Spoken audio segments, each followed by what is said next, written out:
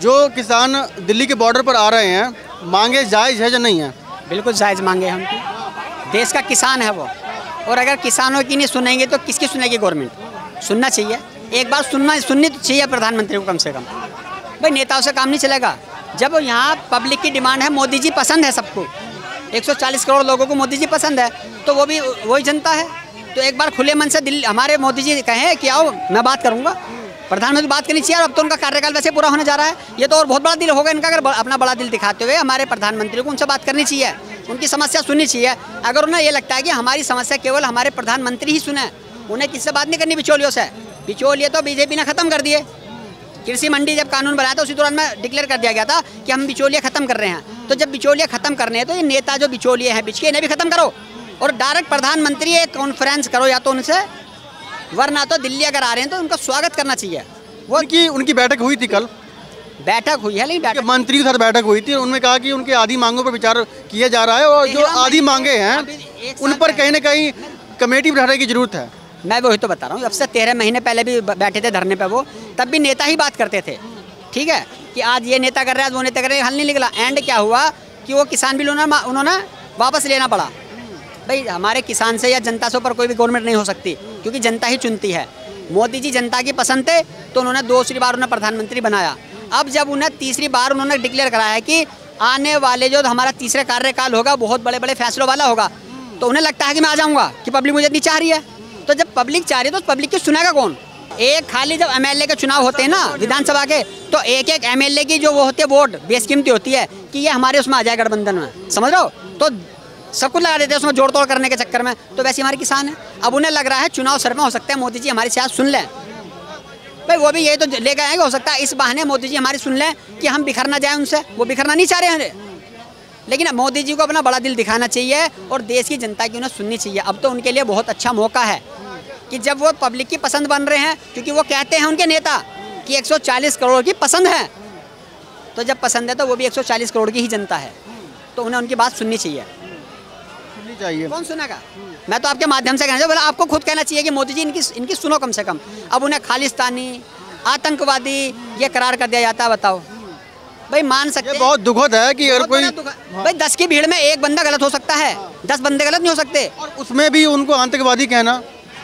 देश की जनता है वो, बताओ तो आके बड़ा दिल दुखता है ऐसी बात सुनने में। हमें देश की जनता है और किसान ना उगाए तो लोग घरों में भूखे मर जाएंगे। उनकी मेहनत देखो, दिन रात एक कर देते हैं वो खेत में, जाड़ा पाला गर्मी बरसात सब में एक कर देता किसान, और उसके बाद हम उन्हें आतंकवादी खालिस्तानी ऐसे शब्दों से नाम पुकार रहे हैं। उनका कितना दिल दुखता होगा। क्या सारे आतंकवादी हैं? क्या किसी एक की सोच हो सकती है गलत? क्या 50 में से एक की हो सकती है सोच? 50-49 तो सही हैं, तो जो सही है उनकी बात सुनो, सुनना तो पड़ेगा। अब फिर विपक्ष हुआ, राजनीति को राजनीति प्रेरित किसान नहीं हो सकता। अगर किसान होता तो वो डट के बैठा रहता और ख़त्म करा के जाता कानून को। धन्यवाद सर। क्या लगता है आपको, किसान जो आ रहे हैं दिल्ली के बॉर्डरों पर, उनकी मांगे जायज़ हैं या नहीं? बिल्कुल जायज़ है, बिल्कुल जायज़ है साहब। क्या करते हैं आप? किसान हैं? अब किसान ही हम तो। क्या उनको लेकर कहा जा रहा है कि आतंकवादी हैं, ये हैं वो हैं? मजदूरी कर रहे हैं बस, और क्या।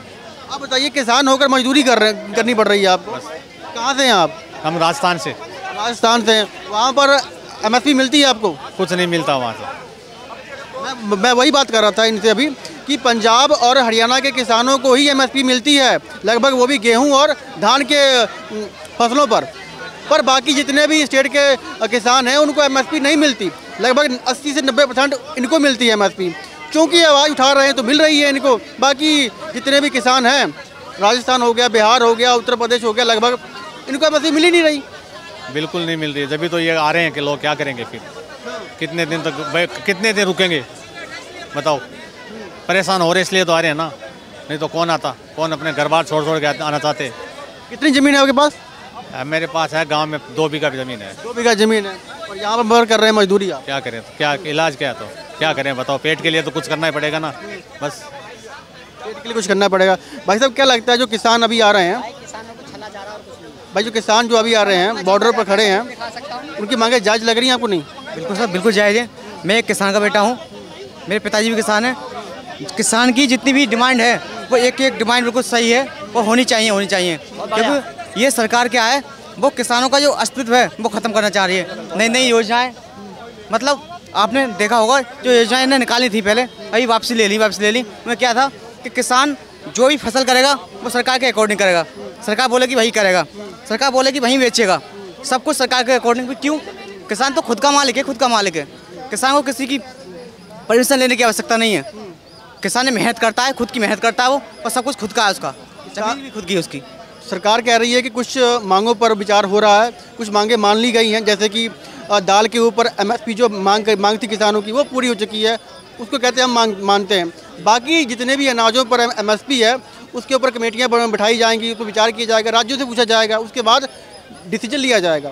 आपको क्या लगता है किसानों को और वक्त देना चाहिए सरकार को? नहीं, बिल्कुल नहीं देना चाहिए। ये सरकार तो मान लो ढाल रही है किसानों को अपने, मतलब कुछ नई योजनाएं लाकर, सही है, ये बिल्कुल भी ठीक नहीं किसानों के हक में। क्योंकि चुनाव हैं लोकसभा के, इसको लेकर कहा जा रहा है कि पॉलिटिक्स हो रही है। अब जी साहब, बिल्कुल पॉलिटिक्स हो रही है, बिल्कुल पॉलिटिक्स। तो सर ये मान लो राजनीति एक ऐसा सिस्टम है जिसमें पॉलिटिक्स तो स्टार्टिंग से होती है, लेकिन किसानों के साथ ये जो करने की सोच है वो बिल्कुल सही नहीं है, बहुत गलत है, बस इतना ही कहना चाहूँगा। गलत है। किसानों को पिछली बार भी आश्वासन मिला, ठीक है, उन्होंने अपना धरना वापस ले लिया। एक कृषि प्रधान देश में अगर किसान को अपनी मांग के लिए 5-5 साल 10-10 साल संघर्ष करना पड़े तो वो हमारी राजनीति किसी काम की नहीं है। देखिए, अराजकता के खिलाफ हर आदमी है, हर इंसान अराजकता के खिलाफ है, किसी भी तरह के दंगे के खिलाफ है, लेकिन हमें ये भी सोचना चाहिए कि जहाँ पे छोटी से छोटी और बड़ी से बड़ी कंपनी अपनी चीज़ को बेचने के लिए मैक्सिमम रिटेल प्राइस का इस्तेमाल करती है, वहीं पे हम जब किसान का बात करते हैं तो किसान का जो सामान ख़रीदा जाता है, अनाज ख़रीदा जाता है, अन्न ख़रीदा जाता है, वो मिनिमम रेट पर ख़रीदा जाता है। ये चीज़ एक सोचने का विषय है। किसान की जो मांग है वो नाहक नहीं है, लेकिन हाँ ये है कि कहीं ना कहीं सरकार के उन्हें समझाने में, उन्हें टैकल करने में स्वामीनाथन रिपोर्ट की बात करती है किसान कि वो लागू होना चाहिए, पर वहीं सरकार की दलील ये है कि अगर हम लागू करते हैं तो महंगाई बढ़ जाएगी। देखिए, अच्छा ये बात में किसान के हित में, अगर किसान उसकी मांग कर रहा है तो उसमें कोई बीच का रास्ता हम निकाल सकते हैं। हमारे पास हिंदुस्तान एक बहुत अच्छा मुल्क है, बहुत बड़े बड़े अर्थशास्त्री हैं, हम बिठाएं, एक मीटिंग करें, किसानों के बड़े लीडरों को साथ लें, अपने जो सरकार के हमारे पक्ष के लीडर हैं उन्हें साथ लें और बीच का कोई रास्ता निकालें। जब उनसे बात ही नहीं होगी, जब उन्हें बैठ के बात ही नहीं करने दी जाएगी, अच्छा धरना प्रदर्शन, हिंदुस्तान जो मुल्क है वहाँ पे सबको अपना प्रदर्शन, विरोध प्रदर्शन करने की आज़ादी है, यहाँ पे हर आदमी को अपनी बात रखने की आज़ादी है। एक बात और भी है कि 80 से 90% जो MSP का जो मूल्यांकन होता है या फिर अनाज खरीदा जाता है वो पंजाब और हरियाणा में ही है। पंजाब और हरियाणा के बाहर जब जाओगे तो MSP के मूल्य पर वो अनाज की खरीदारी नहीं होती। आपको मालूम है पूरे देश में ऐसा नहीं हो रहा, सिर्फ पंजाब और हरियाणा के किसानों को ही MSP का मूल्य मिल रहा है, चाहे वो धान हो जाए या फिर गेहूँ हो। देखिए, हरियाणा और पंजाब जो है हिंदुस्तान का दिल है किसान खेती के मामले में। अगर किसी भी तरह के किसान की बात होती है तो सबसे पहली आवाज़ हरियाणा और पंजाब से उठती है। वो इसलिए उठती है कि हिंदुस्तान के हर सूबे से ज़्यादा किसान जो है हरियाणा और पंजाब में पाया जाता है, समझे, जहाँ तक मैं समझता हूँ। और अभी एक भाई साहब ने किसानों को आतंकवादी लेके बात कही, मैं समझता हूँ ये वही किसान है जिनके घर का हर दूसरा बच्चा हिंदुस्तान की फ़ौज में है, हर दूसरे बच्चे ने हर शहर में, हर गांव में एक लगता वहाँ पे फ़ौज में मिलता है और उन्हीं बच्चों ने देश के लिए अपनी गर्दनें भी कटाई। मुझे लगता है कि अगर पंजाब और हरियाणा के किसानों ने आवाज़ उठाई तभी उनको MSP पर मिल भी रहा है। उनको अगर नहीं आवाज़ उठाई होती, जैसे बिहार है, यूपी है, उनको मिल ही नहीं रहा। उनकी दशा बहुत गंभीर है, दयनीय है। बिहार के किसानों की जो दशा है बहुत दयनीय है। जी, वही तो मैं कहना चाह रहा हूँ कि अगर हम कृषि प्रधान देश में हम किसानों के मुद्दों को हल नहीं कर सकते तो हमारे कृषि प्रधान होने का फ़ायदा क्या है। मैं भी कहना यही चाह रहा हूँ कि अच्छा बात हम पंजाब से हटकर करते हैं, हम बिहार के ही किसान की बात करें। आज अगर बिहार के किसान को, महाराष्ट्र के किसान को देखें, एक एक बूंद पानी के लिए तरसता है। महाराष्ट्र से आज की डेट में कोई भी किसान अपने बच्चे को किसान बनाने को तैयार नहीं। छोड़िए, यूपी और बिहार से लोग धान गेहूँ बेचने के लिए आते हैं हरियाणा पंजाब में। क्यों? क्योंकि वहाँ पर उनको मूल्य मिल नहीं रहा, मिल पा रहा उन्हें। बिल्कुल, हाँ, ठीक बात है आपकी। और क्योंकि पंजाब और हरियाणा के किसानों ने आवाज़ उठाई है अपनी, इसकी वजह से उनको कहीं ना कहीं वो MSP मिल रही है। बिल्कुल, उनके संघर्ष की वजह है वो।